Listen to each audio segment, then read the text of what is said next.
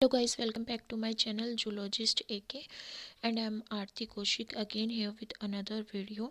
And I'm continuing this topic, the enzyme kinetics, and this is part 2 of this topic. And in my previous video I have discussed, actually we derive the Michaelis-Menten equation, and here I'm continuing this enzyme steady state kinetics. So stay tuned with me.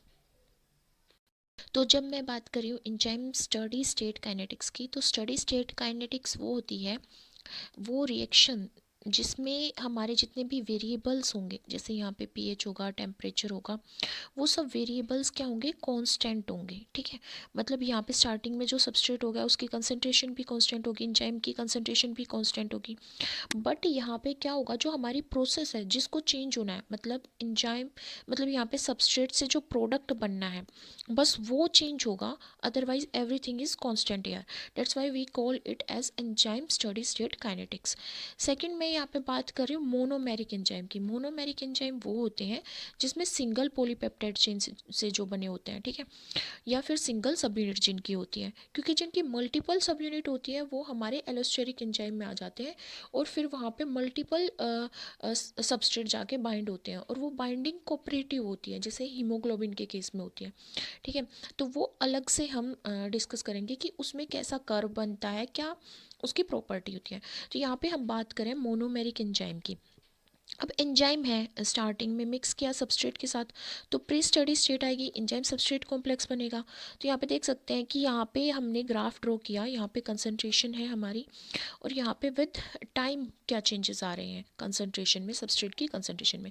पहले enzyme था, substrate था, तो enzyme substrate से enzyme substrate complex बनेगा, intermediate state आएगी, transition state आएगी।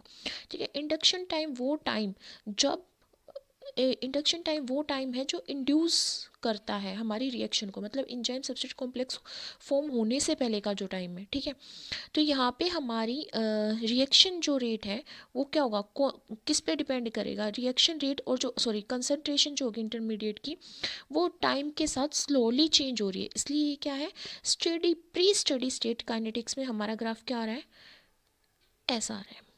क्यों ये एक स्ट्रेट लाइन या फिर हॉरिजॉन्टल लाइन क्यों आ रही है, क्योंकि यहाँ पे हमारा इक्विलिब्रियम स्टेट फॉर्म हो रही है कि भी एंजाइम सबस्ट्रेट कॉम्प्लेक्स हमारा यहाँ पे बन रहा है।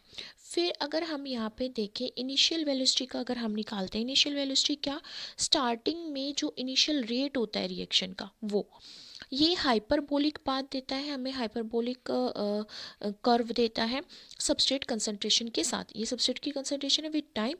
अगर मैं यहाँ पे इनिशियल वेलोसिटी निकाल रही हूँ, क्योंकि इंजाइम की कंसंट्रेशन स्टार्टिंग में फिक्स है, अब इंजाइम और सबस्ट्रेट कॉम्प्लेक्स फॉर्म होगा तो उस टाइम पे हमारा जो इंजाइम सबस्ट्रेट से प्रोडक्ट बनने वाली जो प्रोसेस है वो नहीं हो रही है, इसलिए यहाँ पे क्या आ रहा है, हाइपरबोलिक पाथ आ रहा है। अब यहाँ पे एंजाइम की एक्टिविटी किससे इन्फ्लुएंस होगी, सबस्ट्रेट की कंसंट्रेशन से, एंजाइम की कंसंट्रेशन से, पीएच से, टेम्परेचर से, और किससे, एक्टिवेटर और इनहिबिटर से। क्योंकि अब ये जो इनिशियल रेट है हमारा किसका, रिएक्शन का, या फिर इनिशियल वेलोसिटी, इसकी रिलेशनशिप सबस्ट्रेट की रिलेशनशिप के साथ, मतलब सबस्ट्रेट की कंसंट्रेशन के साथ जब हम इसका ग्राफ ड्रॉ करते हैं तो हाइपरबोलिक ग्राफ आते हैं। तो इस रिलेशन को मैथमेटिकली एक्सप्रेस किया जाता है माइकेलिस मेंटन इक्वेशन के थ्रू, जो मैंने अपनी प्रीवियस वीडियो में जिसको डिराइव करके दिखाया है। तो यहाँ पे हमारी माइकेलिस मेंटन इक्वेशन होती है वी नोड क्या है, हमारी इनिशियल रेट, मतलब initial velocity rate, we maximum into substrate concentration, के एम प्लस एस। जो के एम होता है वो किस पे डिपेंड करता है, सबस्ट्रेट पे। के एम हमारा पर्टिकुलर सबस्ट्रेट पे डिपेंड करता है। पर्टिकुलर सबस्ट्रेट का मतलब है कि मेरा कौन सा सबस्ट्रेट है भाई, यहाँ पे मैं जो इंजाइम लूँगी वो किस पे एक्ट करेगा, शुगर पे, न्यूक्लियस पे, ठीक है, या प्रोटीन्स पे, तो वो हमारा क्या है, ये सब सबस्ट्रेट है ना, तो पर्टिकुलर सबस्ट्रेट पे डिपेंड करती है कि एम की वैल्यू, पीएच पे डिपेंड करती है, टेम्परेचर पे डिपेंड करती है, आयनिक स्ट्रेंथ पे भी डिपेंड करती है। और केएम होता क्या है, केएम होता है हमारा, केएम हमारी कंसंट्रेशन होती है, किसकी, सबस्ट्रेट की कंसंट्रेशन, सबस्ट्रेट की कंसंट्रेशन होती है। सबस्ट्रेट की इतनी कंसंट्रेशन कि जो हमारा एंजाइम है उसकी हाफ एक्टिव साइड क्या हो जाए, यहाँ पे फिल हो जाए। मान लो यहाँ पे मेरे पास दो एंजाइम है, ठीक है, दो एंजाइम है और एक्टिव साइट कितनी है, 1 2 3 4, 1 2 3 4, 8 एक्टिव साइट है। तो मेरे यहाँ पे सबस्ट्रेट अगर 4 है तो हाफ एक्टिव साइट क्या हो जाएंगी, एंजाइम की फिल हो जाएंगी। तो इतनी कंसंट्रेशन चाहिए सबस्ट्रेट की कि हाफ एक्टिव साइट फिल हो जाए। वो किसके इक्वल हो जाएगा, Km की वैल्यू के इक्वल हो जाएगा।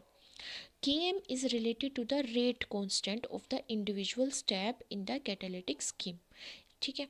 तो Km क्या करता है, सॉरी Km क्या होता है, हाफ वी मैक्सिमम के इक्वल होता है, ठीक है।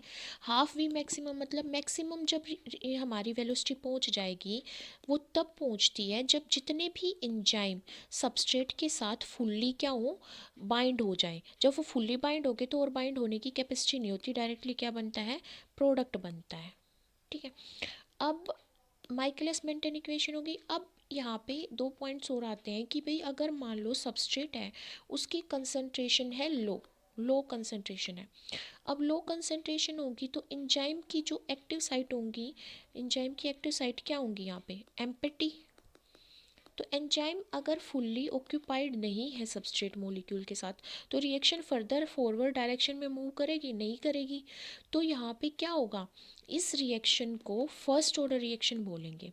बट अगर मैं यहाँ पे और सबस्ट्रेट ऐड कर दूँ तो एंजाइम की बाकी बची हुई साइट भी ऑक्यूपाई हो जाएंगी और रिएक्शन क्या होगी, फॉरवर्ड डायरेक्शन में मूव करेगी, फास्ट रिएक्शन होगी। तो यहाँ पे जो रिएक्शन रेट है वो किस पे डिपेंड कर रहा है, rate of reaction, that is जो हमारी इनिशियल वेलोसिटी है वो किस पे डिपेंड कर रहा है, सबस्ट्रेट की कंसंट्रेशन पे डिपेंड कर रहा है। फिर अगर मेरा यहाँ पे जो सबस्ट्रेट है, सबस्ट्रेट उसकी कंसंट्रेशन है हाई कंसंट्रेशन, हाई कंसंट्रेशन है, हाई कंसंट्रेशन है तो सारी जितनी भी एक्टिव साइट होंगी एंजाइम की ऑक्यूपाइड होंगी। जब ऑलरेडी ऑक्यूपाइड हैं तो एंजाइम सबस्ट्रेट कॉम्प्लेक्स फॉर्म हो चुका है, जितने एंजाइम सबस्ट्रेट कॉम्प्लेक्स फॉर्म होने हैं वो डायरेक्टली किस में कन्वर्ट होंगे, प्रोडक्ट में। तो यहाँ पे एंजाइम का एक्शन या रिएक्शन का रेट सबस्ट्रेट पे डिपेंड नहीं करता क्योंकि ऑलरेडी मेरा एंजाइम ऑक्यूपाइड है, ठीक है। तो इसको क्या बोलते हैं, जीरो ऑर्डर रिएक्शन। और सेचुरेशन पॉइंट पहुंच गया है यहाँ पे। सेचुरेशन पॉइंट क्या होता है, एंजाइम की कैपेबिलिटी ही नहीं बची और सबस्ट्रेट को बाइंड करने की। तो यहाँ पे जो रिएक्शन रेट होगा मतलब कि वी नोड जो होगा वो किस पे डिपेंड करेगा, कन्वर्जन कॉम्प्लेक्स। कन्वर्जन कॉम्प्लेक्स क्या, एंजाइम सबस्ट्रेट कॉम्प्लेक्स को प्रोडक्ट में कन्वर्ट करना, या फिर हम बोले तो एंजाइम का डिफ्यूजन। क्योंकि जब एंजाइम सबस्ट्रेट कॉम्प्लेक्स है यहाँ पे सबस्ट्रेट से तो प्रोडक्ट बन जाएगा और एंजाइम क्या हो जाएगा, डिफ्यूज हो जाएगा। मतलब ये as it is reversible state में आ जाएगा, मतलब दोबारा से एंजाइम क्या हो जाएगा मेरा, फ्री हो जाएगा। अब यहाँ पे जो ग्राफ है ये हमें ग्राफ रिलेशनशिप बता रहा है इनिशियल रेट के बीच में, वी नोड के बीच में और सबस्ट्रेट की कंसंट्रेशन के बीच में। ये हमें ये बता रहा है कि जो इफ़ेक्ट है सबस्ट्रेट कंसंट्रेशन का, क्या इफ़ेक्ट पड़ता है इनिशियल रेट पे जब हम इंजाइम इंजाइम की अलग अलग क्या ले रहे हैं, कंसंट्रेशन ले रहे हैं, ठीक है। जैसे यहाँ पे 1 यूनिट इंजाइम, यहाँ पे 2 यूनिट इंजाइम है, यहाँ पे 4 यूनिट इंजाइम है। तो क्या हो रहा है, डबल कर रहे हैं जब हम इंजाइम की कंसंट्रेशन को तो मैक्सिमम इनिशियल रेट भी क्या हो रहा है, डबल हो रहा है। 1 यूनिट था तो हमारा यहाँ पे कम था, फिर उसके बाद डबल हो गया तो हमारा इनिशियल रेट भी बढ़ गया, फिर 4 हो गया यूनिट इंजाइम तो हमारा इनिशियल रेट भी बढ़ता चला गया, है ना। तो इसने बोला double the maximum initial rate, जो हमारा इनिशियल रेट था वो भी बढ़ता जा रहा है जैसे जैसे एंजाइम की कंसंट्रेशन हमारी बढ़ रही है। वी मैक्सिमम भी बढ़ रहा है। क्यों, वी मैक्सिमम क्या होता है, वेलोसिटी मैक्सिमम जिस पॉइंट पे होगी वो बढ़ता जा रहा है ना। वी मैक्सिमम का मतलब क्या है कि बी ई और एस कॉम्प्लेक्स हमारा क्या हो, बहुत ज़्यादा बनने लग गया है। अब जितने ज़्यादा एंजाइम होंगे उतने ज़्यादा सबस्ट्रेट से बाइंड होंगे, उतने ज़्यादा एंजाइम सबस्ट्रेट कॉम्प्लेक्स होंगे, ऑब्वियसली हमारा इनिशियल रेट भी बढ़ेगा, वी मैक्सिमम भी बढ़ेगा। बट यहाँ पे के एम पे कोई फ़र्क नहीं पड़ेगा क्योंकि के एम का मतलब होता ही क्या है, के एम का मतलब ये होता है कि एंजाइम की हाफ साइड क्या हो, कि हाफ साइड किसके साथ फिल हो, हाफ साइड फिल हो किसके साथ, सबस्ट्रेट मॉलिक्यूल के साथ, यही होता है। तो ये क्या होगी हमारी, ये चेंज नहीं होगी। अब देखो, मान लो वी नोड मेरा क्या है, वी नोड हमारा किसके इक्वल होता है, हाफ ऑफ वी मैक्सिमम के, ठीक है। और के एम मेरा किसके इक्वल हो गया, सबस्ट्रेट के, क्योंकि जितने सबस्ट्रेट मेरा चाहिए एंजाइम की हाफ एक्टिव साइट को बाइंड करने के लिए, वो क्या होता है, के एम। इसलिए यहाँ पे हमने के एम को किसके इक्वल रखा है, सबस्ट्रेट की कंसंट्रेशन के। के एम न्यूमेरिकली इक्वल होता है सबस्ट्रेट की कंसंट्रेशन के, जिस पे इनिशियल रेट जो होगा हमारा वो किसके इक्वल होना चाहिए, हाफ वी मैक्सिमम की। जो वैल्यू होती है ना हमारी के एम की, वो किस रेंज में होती है, 10⁻⁻2 टू 10⁻5 मोलर के। मान लो जब मैंने यहाँ पे एक केस लिया कि मेरी सबस्ट्रेट की कंसंट्रेशन बहुत ज़्यादा है के एम से, ठीक है, तो हमारा वी नोड क्या होगा, रिड्यूस हो जाएगा वी मैक्सिमम में। अगर मेरा सबस्ट्रेट इक्वल है 10 वी मैक्सिमम के, तो वी नोड क्या होगा, 90% ऑफ वी मैक्सिमम। अगर मेरा सबस्ट्रेट 100 है, 100 km है, तो यहाँ पे क्या होगा, मेरा वी नोड क्या होगा, 99% ऑफ वी मैक्सिमम, ठीक है। मैं जो यहाँ पे वी मैक्सिमम की बात कर रही हूँ ना, वी मैक्सिमम हमें बताती है टर्न ओवर नंबर। क्या, turn over number of an enzyme. Turn over number का मतलब है कि कितने substrate molecule, number of substrate molecule जो किस में कन्वर्ट हो जाएंगे, प्रोडक्ट में, ठीक है।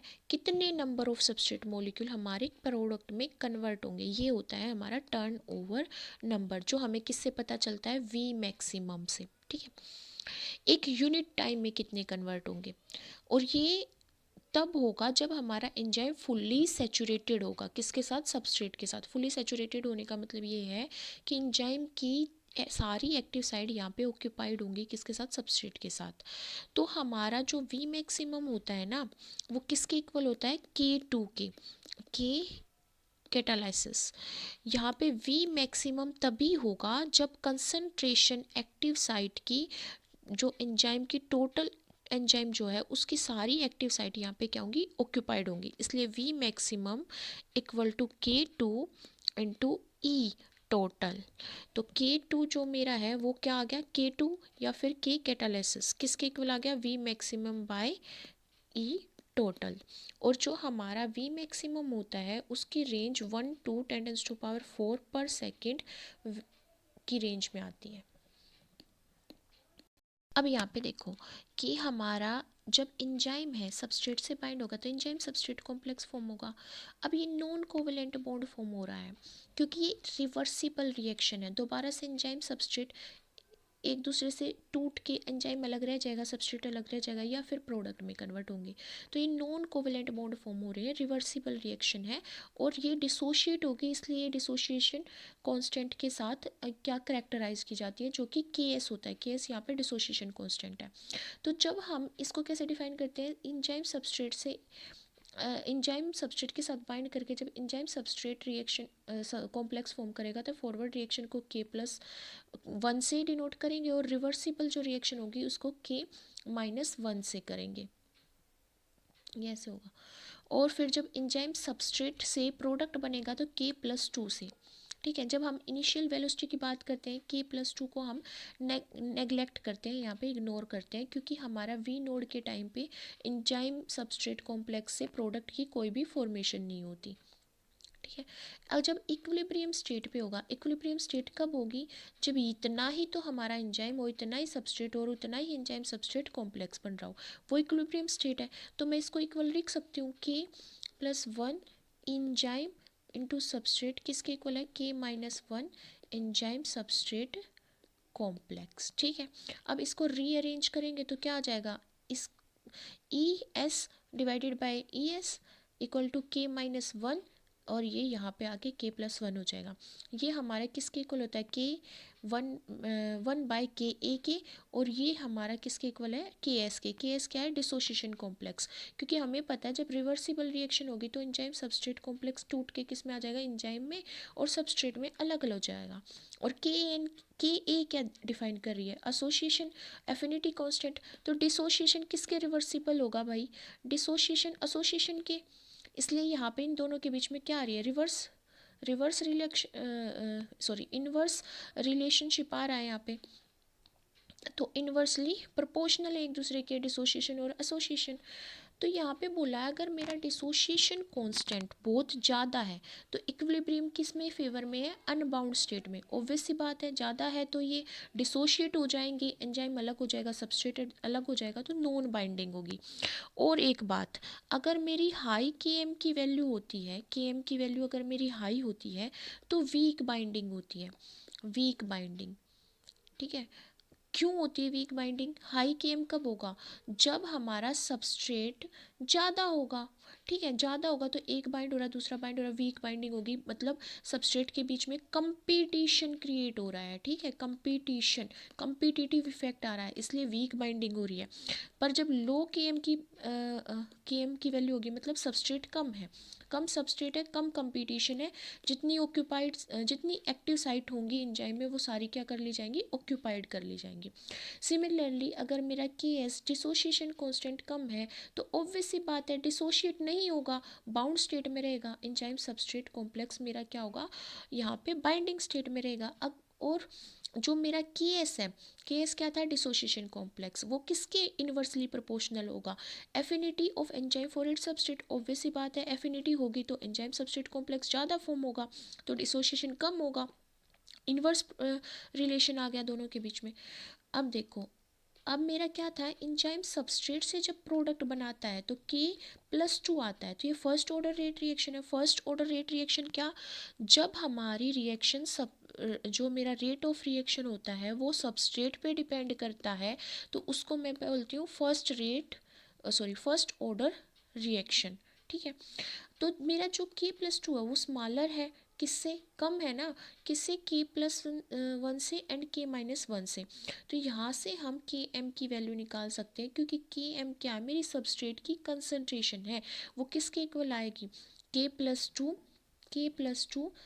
K-1 divided by K+1। तो यहाँ पे मेरे को पता है कि Ks मेरा किसके इक्वल है, K-1 डिवाइडेड बाई K+1। तो मैं इसको डिसोसिएशन कांस्टेंट की इक्वल रख सकती हूँ। मैंने यहाँ पे किया K+2 K+1 प्लस K-1 और K+1, इसके जगह पे मैं क्या लिख सकती हूँ, Ks डिसोसिएशन कांस्टेंट इस इक्वेशन से। तो यहाँ पे मैंने क्या लिख दिया, Ks प्लस ये एज इट इज़ रख दिया, K+2 K+1। तो यहाँ पे ये किसकी वैल्यू आ गई, Km की वैल्यू आ गई,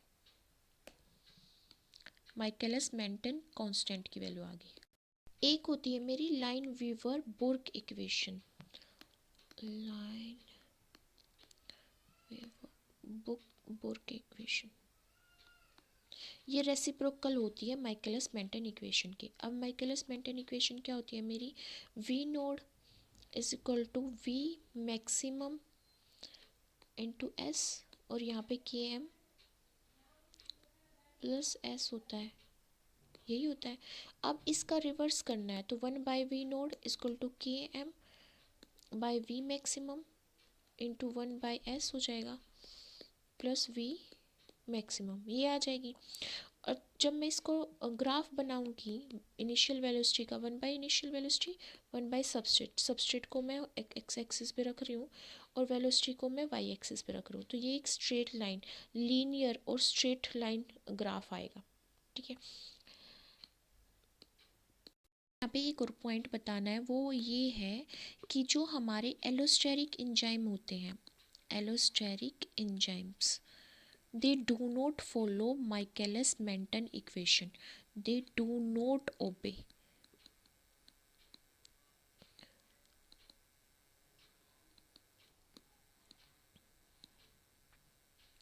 रीज़न क्या है, देखो जो एंजाइम है एलोस्टेरिक एंजाइम, उसमें होती है मल्टीपल सब यूनिट, मल्टीपल सब यूनिट होती हैं, तो उसमें क्या होंगी, मल्टीपल एक्टिव साइट होंगी, मल्टीपल एक्टिव साइट होंगी तो क्या होंगे, a number of substrate molecules bind होंगे। ठीक है, और ये जो एलोस्टेरिक एंजाइम है, यहाँ पे जो बहुत सारे सबस्ट्रेट जब बाइंड होंगे तो एक सबस्ट्रेट की बाइंडिंग दूसरे सबस्ट्रेट की बाइंडिंग को अफेक्ट करती है। ठीक है, मतलब the binding of substrate to an active site can alter the properties of other active site in the same enzyme में। इसका आउटकम क्या होता है कि इस सब यूनिट के बीच में इंटरेक्शन क्रिएट होता है, जिसकी वजह से सबस्ट्रेट की बाइंडिंग यहाँ पे कोऑपरेटिव इफेक्ट शो करती है।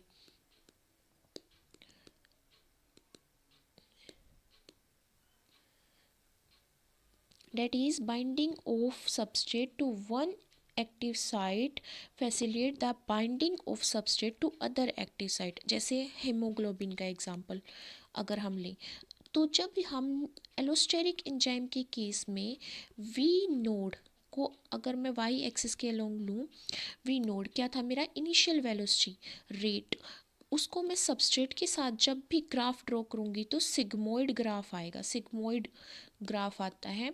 अदरवाइज क्या ग्राफ आता है, हाइपरबोलिक।